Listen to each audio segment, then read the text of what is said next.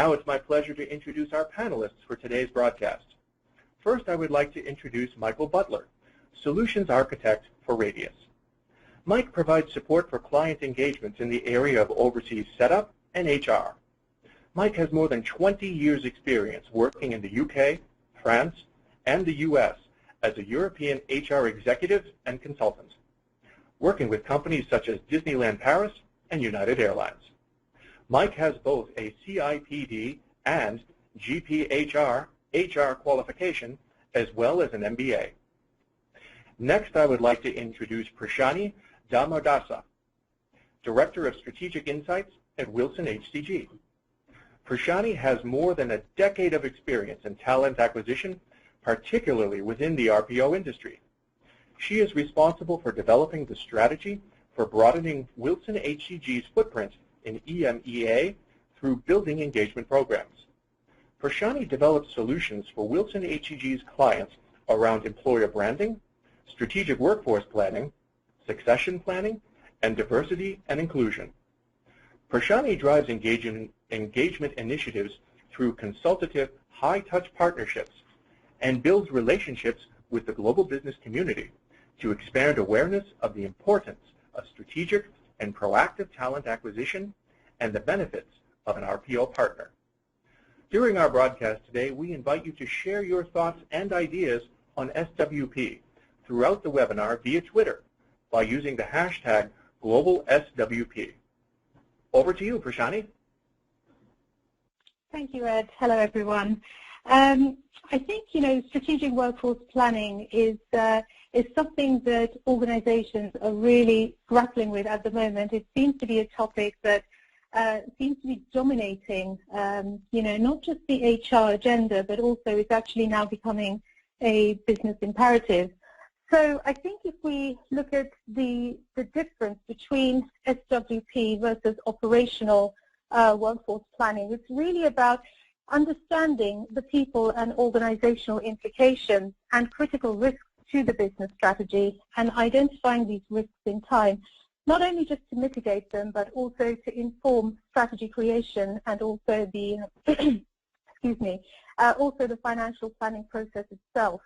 I think, when we speak to a lot of organizations, one of the things that we have come to realize is that a lot of organizations are saying that they actually do strategic workforce planning, but actually, when you kind of dig underneath it all, we find that it usually covers the 12 to 18-month period, which is really looking at it from a operational or resource planning standpoint, where they may have ways of managing current short-term and long-term supplies in recruitment. So most HR as well as business leaders also, make the mistake of looking at strategic workforce planning methodology of something that would yield exact headcount predictions based on historical and financial data. But actually, SWP is a land of scenarios. It's a land of what if. Therefore, if an SWP strategy is actually yielding exact numbers at the end of the day, it's probably wrong. So, when you look at it from a longer-term perspective, it's really about aligning capabilities to ensure that the company is actually geared up from a talent perspective to execute the longer-term business strategy.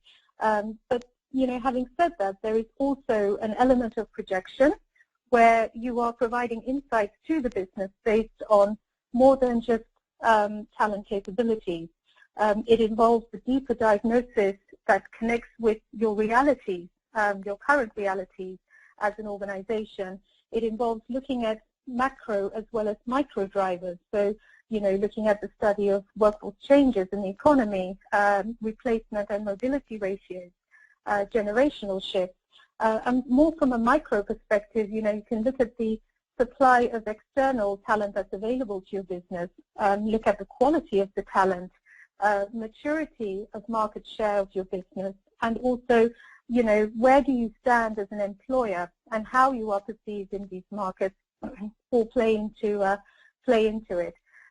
So I think, when you look at it from a strategic angle, all of these components need to be combined. So you're combining as the macro as well as the micro to inform your talent strategy that is absolutely aligned to your longer-term business goals and drivers. Next slide, please.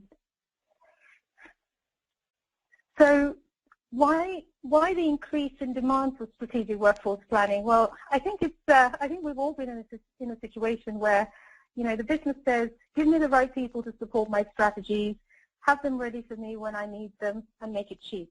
But actually, what we are living in a highly complex world, and at the moment, it's really about looking at capitalizing on complexity to gain competitive advantage, staying ahead of the curve, as well as maintaining agility and sustainability. So if we look at the current macro drivers that affects us in the here and now, markets are converging.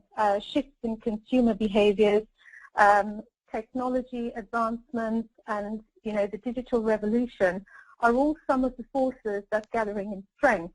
And organizations are needing to acquire new skills and new capabilities that they've never had to acquire before. So just to kind of share with you an anecdotal example of this, I was speaking with a professor for nanotechnology at one of the top universities here in the UK, and one of the things that he said was, you know, one of the industries that's placing a significant investment in acquiring nanotechnology talent is the beauty industry. So, you know, how can you actually leverage on your employer brand as well as, you know, community building and workforce segmentation to actually attract and appeal to these new core and critical skills that are needed to come into your organization and execute your longer-term business strategy. So the skills shortage shows no sign of slowing down, not for the UK and especially the US. So it can really negatively affect global organizations' growth if you don't have a robust strategic workforce planning methodology in place. The business impacting roles that are also critical to the growth of the company are actually getting more and more difficult to find. So they're highly, highly competitive. And in order to ensure future success, you know, and be better prepared for the workforce and economic changes in the future, organizations have to invest in strategic workforce planning as it's actually now become a business imperative. Having said that, you know, while SWP isn't a crystal ball, it does allow organizations to be better prepared with multiple scenarios and have those tools in place so that you're able to actually deploy your resources as and when those demands and the hiring spikes and the need occurs within your business. So, you know, ultimately, you know, it's about retention of your key critical talent. It's about productivity, revenue, understanding, you know, how revenue per employee trending, production of your employees trending, talent gaps, future retirement trends. So all of these things actually combined, you're able to have a holistic picture on what that talent supply chain actually looks like for your organization.